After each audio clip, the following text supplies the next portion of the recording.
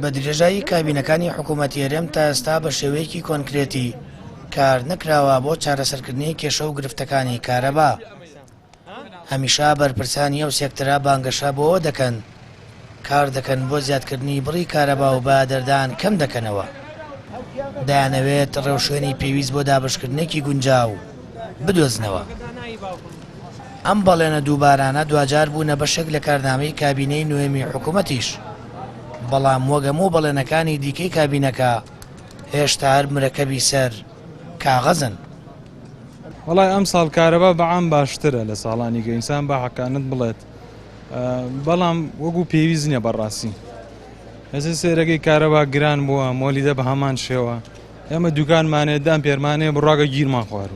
کارەباکە خۆی حکوومەت ئارەزووری بێت شایشێکە، چونکە بۆ تۆ کارەبایەک 7 ساعات کارەبا توانێت 24 ساعتیش بێ. ئەگەر کومپانیان نەبێ مۆلیدەی ئەهلی وایە کارەبا ئێمە پارەکە بە حکوومەتین بیگا بە زیرەک وەکو وڵاتان زۆر احتیاجێدان نیوەی کردو بە زیرەک لە شارەکان، لێرەش نیوەی کردو بە زیرەک وایە کە تەواو بوو خۆی کابرا ئەڕوا کارتەکە پڕەکاتێتەوە. تۆ کە مۆلیدەوەی مۆلیدەکە کابرا پارەکەی نایێت جۆزەکە و ئەکوژێنێتەوە ئەبێ پارەکەی وێدەین لا بۆ داگرسێنێتەوە. وعد و بەڵێن زیاتر وازانم شتێک ترمان نەدیوە. ڕاستە کارەبامان هەیە، بەڵام لە سوو وڵاتێکە بە دوو شێوە پارە لە هاوڵاتیە سەنرە بۆ کارەبا. کارەبای نیشتیمانی هەیە تا هەیە دڵمان پێی خۆشە، بەڵام کاتی ئەزانی کە خوێنەوەت بۆکەن سێرەکەن لە ملیۆنێ تێپەڕیوە. سەرە ڕای ئەوەش کاتی مۆلیدەی سەری مانگ مۆلیدەی ژێ دیسان جارێکی تر پسوڵەیەکی پێیە کاکە تۆچی وەڵاویش پارەی کارەبای ئەوێ ئەی کاکەمە چی ئەمبانێکە و دوو هەوا. حکوومەت تا ئێستا نەیتوانیوە بە تەنیا کارەبای نیشتیمانی بەردەوام بۆ هاوڵاتیان دابین بکات. باوکاری مۆلیدەکان کارەبا دەدرێت بە هاوڵاتیان و لە وەرزێکەوە بۆ وەرزێکی دیکە ڕێژەی پێدانی کارەبای مۆلیدەش گۆڕانی بەسەردا دێت. ئەوەش بارگرانێکی دیکەیە لەسەر هاوڵاتیان. حکوومەتی هەرێم تا ئێستا نەیتوانیوە سیستەمێکی باش بۆ پێدانی کارەبای نیشتیمانی بە هاوڵاتیان جێبەجێ بکات. هەروەها سیستەمێکی باشیشی نەبووە بۆ ئەوەی پارە لە هاوڵاتیان وەربگرێت و پارە کۆ بکاتەوە و بخاتە سەر خەزیانەی حکوومەتی هەرێمی کوردستان.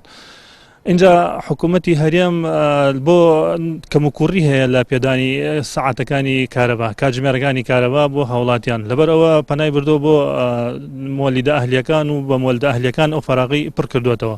ئەمەش ئەومان پێ ئەڵێ کە حکوومەتی هەرێم نەیتوانێت بەڵێنەکانی خۆی جێبەجێ بکات و ئەو بەڵێنەی دایەتی بە هاوڵاتیان هیچی جێبەجێ نەکردووە. کابینە یەک لە دوایەکەکانی دەسەڵاتی کوردی تا ئێستا نەیتوانیوە میکانیزمێکی سەردەمیانە بۆ کۆکردنەوەی پارەی کارەبا دابنێت، هاوکات ڕێخستنێکی گونجاو بۆ نرخی کارەبا دیاری بکات.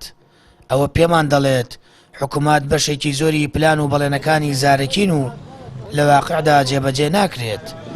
ئیرادەی چاکسازی و باشترکردنی ژیانی خەڵک لەلایەن بەڵێنەکانی حکوومەتەوە جگە لە کات بەسەربردن شتێکی دیکەی تێدا بەدی ناکرێت. سامان فتاح، کەناڵی ئاسمانی پەیام، هەڵەبجە.